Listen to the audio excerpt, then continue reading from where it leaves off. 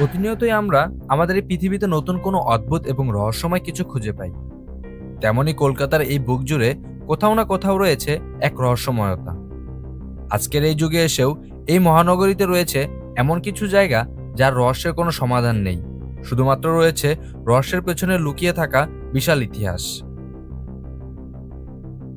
এমনই একটি স্থান হলো উত্তর কলকাতার পুতুল বাড়ি। অনেকেই এই বাড়ির নাম শুনেছেন, জানেন এই বাড়ির পিছনের হারহিম রহস্য।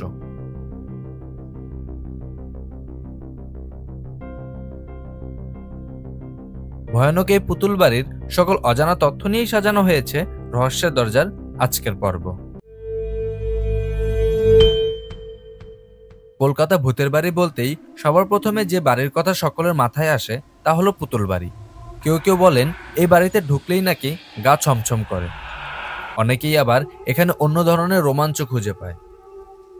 বলা হয় এই বাড়ির ওপরের তলায় ঘুরে বেড়ায় অতৃপ্ত আত্মারা। তবে শুধুমাত্র ভৌতিক কারণেই নয়, এই বাড়ির গল্পের সাথে মিশে আছে বঞ্চনারও ইতিহাস।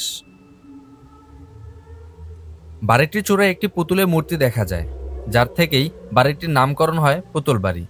বিংশ শতাব্দীতে জলপথই ছিল পরিবহনের একমাত্র মাধ্যম। এই জলপথের মাধ্যমে বিদেশ থেকে ব্যবসায়ী সমস্ত জিনিসপত্র আমদানি এবং রপ্তানি করা হতো। আমদানি রপ্তানির প্রধান কেন্দ্র ছিল হুগলি নদীর তীরে অবস্থিত কলকাতা বন্দর। সেসব আমদানি রপ্তানির পণ্যগুলি বিশেষ এক জায়গায় সংরক্ষণ করে রাখা হতো। এমনই এক সংরক্ষণ কেন্দ্র ছিল এই পুতুল বাড়ি। জমিদারির ইতিহাসের পর অনেক বছর পার হয়ে গেলেও অনেকের দাবি আজও অবধি মাঝে মধ্যে মেলি কণ্ঠস্বর শুনতে পাওয়া যায় এই বাড়িতে। আর তাই ভয়ঙ্কর পুতুল বাড়ি নিয়ে রহস্য কিন্তু আজও সবার মুখে মুখে। এলাকাবাসীদের মতে গভীর রাতে তো বটেই, এমনকি ভরদুপুরেও কিছু অস্বাভাবিক ঘটনা ঘটে এই বাড়িতে। মার্বেল দিয়ে ঘেরা পুরো বাড়িটি, আর বাড়ির মালিক থাকতেন এই ভূতুরে বাড়ির উপরতলাতেই। স্থানীয়রা আরও বলেন বাড়ির মনিবের পাপের কারণেই এই পুতুল বাড়িতে আত্মার আনাগোনা হয়ে থাকে। এক নিষ্ঠুর ইতিহাস রয়েছে এই ভূতুরে পুতুল বাড়ির। শোনা যায় একসময় বাবু সম্প্রদায়ের খুব আধিপত্য ছিল, আর এই বাড়ির পূর্বপুরুষদের ওপর এই বাবু সম্প্রদায়ের প্রভাব ছিল।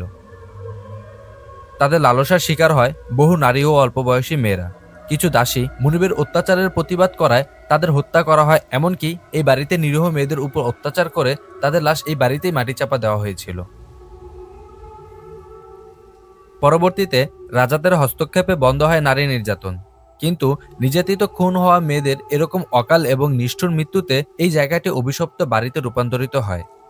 অনেকে বলেন সমস্ত মেয়েদের আত্মারা এখনো এখানেই থাকে, আর তাই এখনো রাতে নারীদের কণ্ঠস্বর, কখনো হাসি, আবার কখনো কান্নার শব্দ বা অন্য ধরনের শব্দ শুনতে পাওয়া যায়। অনেকে তো আবার বিভিন্ন স্থানে সাদা পোশাক পরা নারীর ছায়াও দেখতে পেয়েছেন। কতই না মর্মান্তিক এবং বেদনাদায়ক, তাই না? কিন্তু এখানেই শেষ নয়। পুতুল বাড়িটির ভুতুরে হবার পিছনে আরও একটি বিশেষ কারণ জানা যায়। স্বাধীনতা সংগ্রামের সময় বেশ কিছু স্বাধীনতা সংগ্রামী এই বাড়িতে আশ্রয় নেয়, আর ব্রিটিশরা তা যে কোনো উপায়ে জানতে পেরে যায়। পরক্ষণে ব্রিটিশরা এই বাড়িতে আশ্রয় নেওয়া স্বাধীনতা সংগ্রামীদের এই বাড়িতেই পুড়িয়ে হত্যা করে। আর বলা হয় সংগ্রামীদের অতৃপ্ত আত্মা এখনো এই বাড়িতেই ঘোরাফেরা করে। এখনো প্রায় শোনা যায় তাদের আত্মচিৎকারের শব্দ। আর এই সকল কিছুর আতঙ্কেই বাড়িটি দোতলা এবং তিনতলায় থাকা বেশ কিছু কক্ষে আজও ঝুলছে তালা, যেখানে যাবার সাহস হয়নি আজ অব্দি কারোর।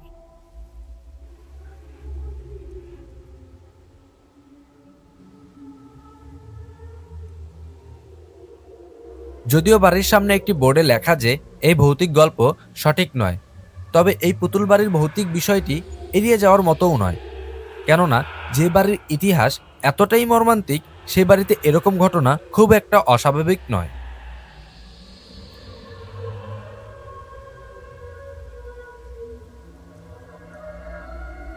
এই ছিল আজকের মতো। দেখা হবে রহস্য দরজার পরবর্তী ভিডিওতে, আবার কোনো অজানা রহস্য উদ্ঘাটনে। সেই পর্যন্ত ভালো থাকবেন, সুস্থ থাকবেন, আর রহস্য দরজার সাথেই থাকবেন। ধন্যবাদ।